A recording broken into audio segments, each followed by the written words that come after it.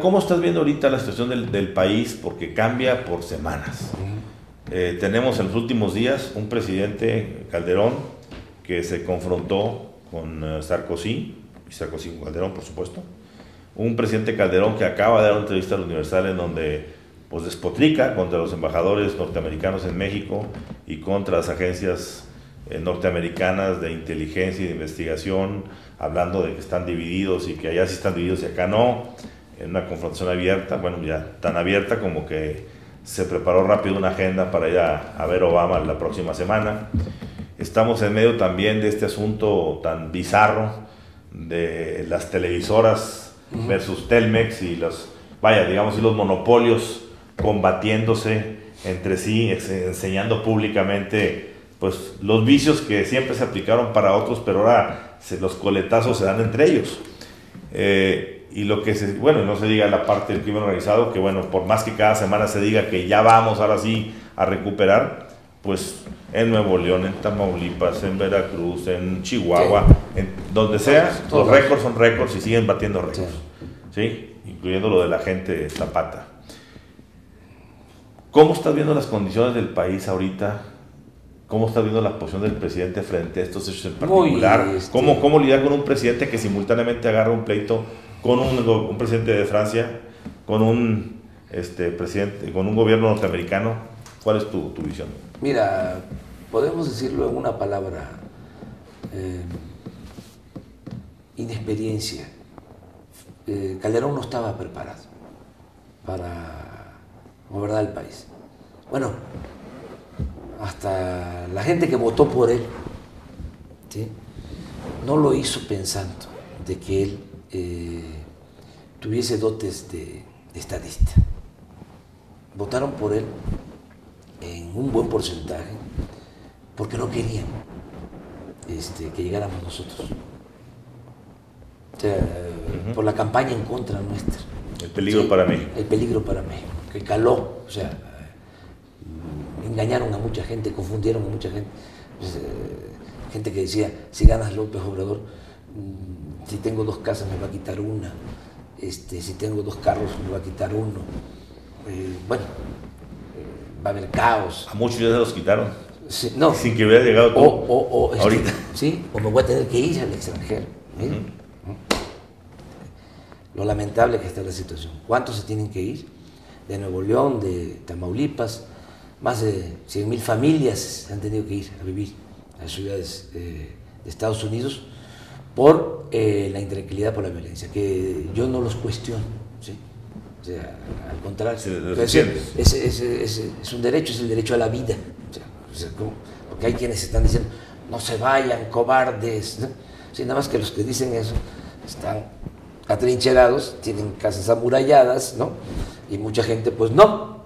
Y además, el principal derecho humano es el derecho a la vida, ¿sí?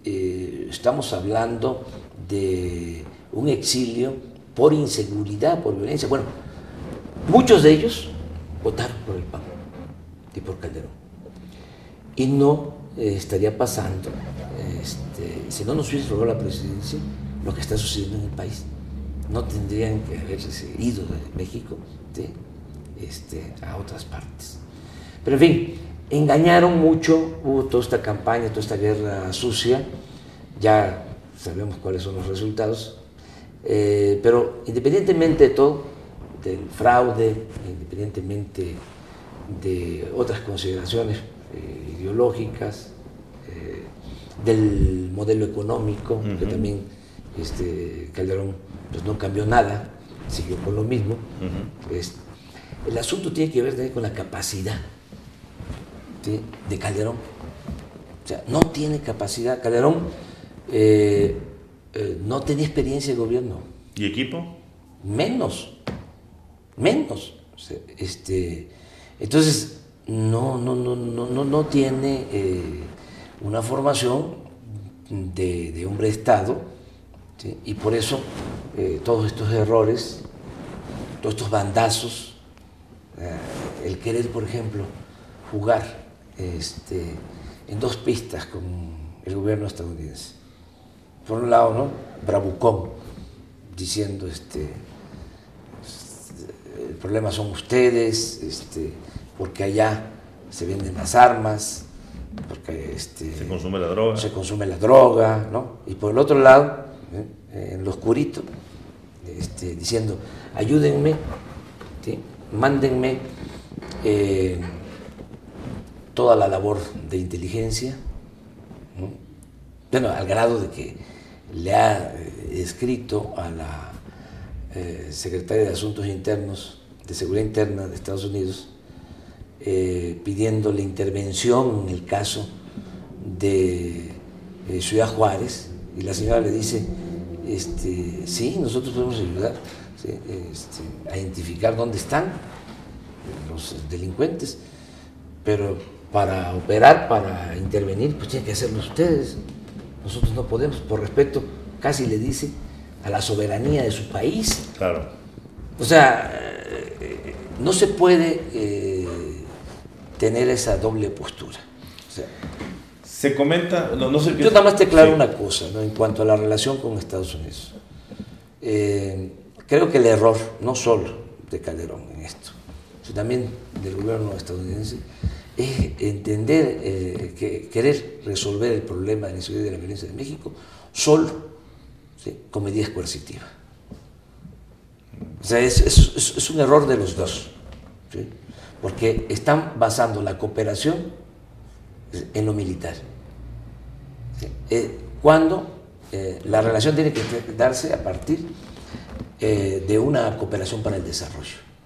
Si en el país no hay crecimiento económico, si no hay empleo, si no hay bienestar, si no se atiende a los jóvenes, va a ser muy difícil resolver el problema de fondo.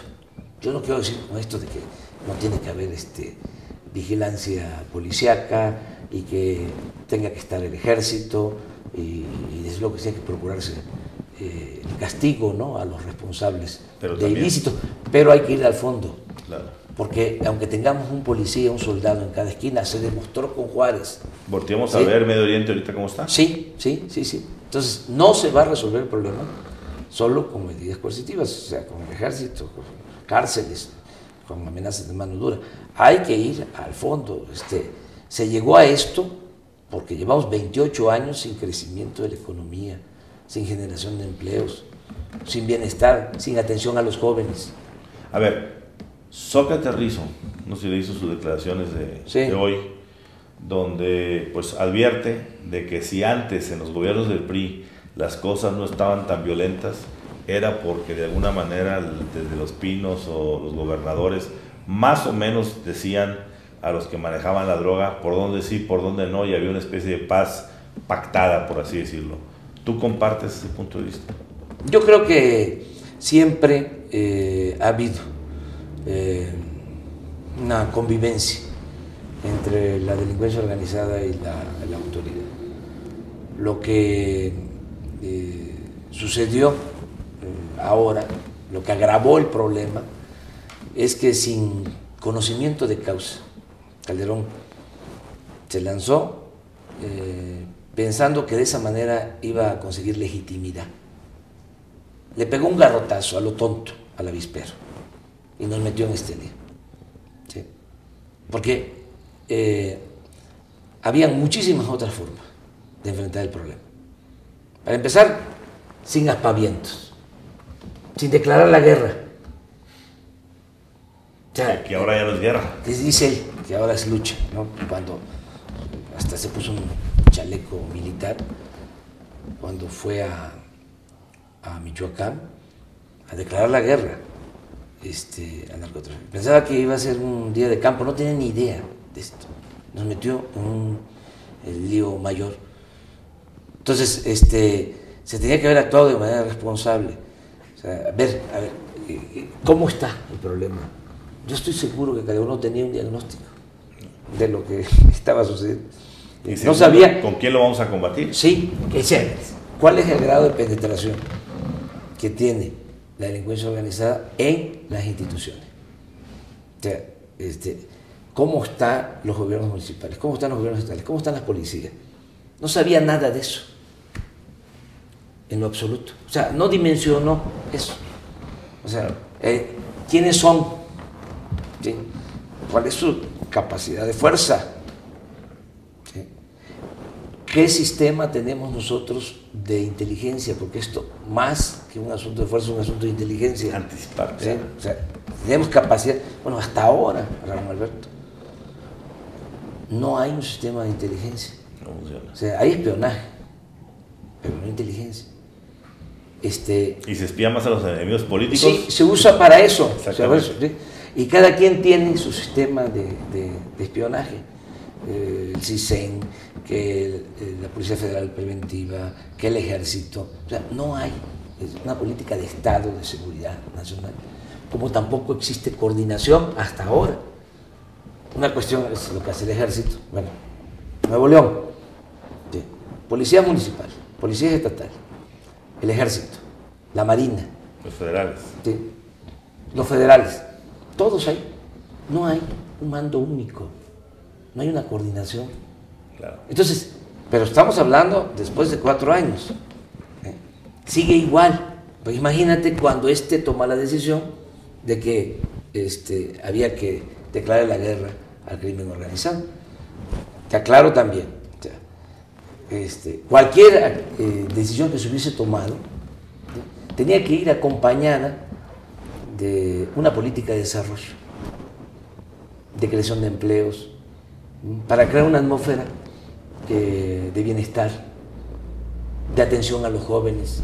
Fíjate lo que ha significado el que con la reforma al artículo 27, el artículo 3 constitucional, en el gobierno Salinas, siendo Zedillo secretario de Educación Pública, o sea, porque todo esto cuenta, se dejó de considerar como básica la educación media superior y la educación superior para el Estado. O sea, la gratuidad se limitó a preescolar, primaria y secundaria. Y se planteó de que la educación media superior, las preparatorias y el nivel universitario quedaba libre. O sea, al mercado, como si se tratara de una mercancía. A partir de entonces, dejaron de darle el presupuesto a las universidades públicas. Y se rechazan 300,000 jóvenes cada año. ¿Sí? ¿Qué ocasionaron? Pues con eso. Bueno, empujaron a muchos a tomar el camino de las conductas antisociales. Las cárceles están llenas de jóvenes. Los más de 35,000 asesinados son jóvenes. ¿Sí? Entonces, si no se atiende a los jóvenes. ¿Sí? A ver, tocando este punto que comentas, Manuel, ¿no es un contrasentido que en una medida como la que se acaba de tomar para deducir las colegiaturas, por ejemplo, de escuelas privadas, sí, no se hayan incluido las universidades, que es lo que más se necesita? Claro, es un contrasentido. O sea, eso, pues digo, el sistema primario y secundario hay ofertas suficientes, sí, para poder, pero sí, acá no hay. No. Y acá no se deduce y acá sí. Sí. No, es aberrante. Si tú llegaras a la presidencia, si tú llegaras a la presidencia, tú permitirías que 100% de inscripción. No se rechazaría a un joven. O sea, ¿cómo lo hacen? Con el pretexto de que no pasan el examen. No, es mejor tenerlos estudiando que tenerlos en la calle. Mira. O sea, usar el dinero que hoy se usa para combatir el narcotráfico mejor para la educación. Sí, claro. Mira, la manera más eficaz, más humana y más barata de enfrentar el problema de la inseguridad y el flagelo de la violencia es creando oportunidades, ¿sí?, de empleo, de bienestar y atendiendo a los jóvenes. ¿Sabes cuánto cuesta mantener a un recluso en la cárcel? 120 pesos diarios. La mayoría son jóvenes. ¿Cuánto cuesta un universitario? Sí. Es preferible tenerlos a todos estudiando becados, ¿sí?, que tenerlos en la cárcel o tenerlos en la calle. Claro. O sea, muy buen punto. O sea, 120 pesos diarios. Bueno, al menos hasta cuando yo me quedé, que estuve de jefe de gobierno. A mí me decía, ¿cómo voy yo? No, aquí hay 35,000 reclusos. Imagínate. Vamos a buscar la manera de que no se les encarcele. Y muchos por delitos no graves. ¿Sí? Muchos por delitos no graves, que se van haciendo después más graves, porque las cárceles como están, pues no son las escuelas para readaptar, ¿sí? O sino para echar más a perder.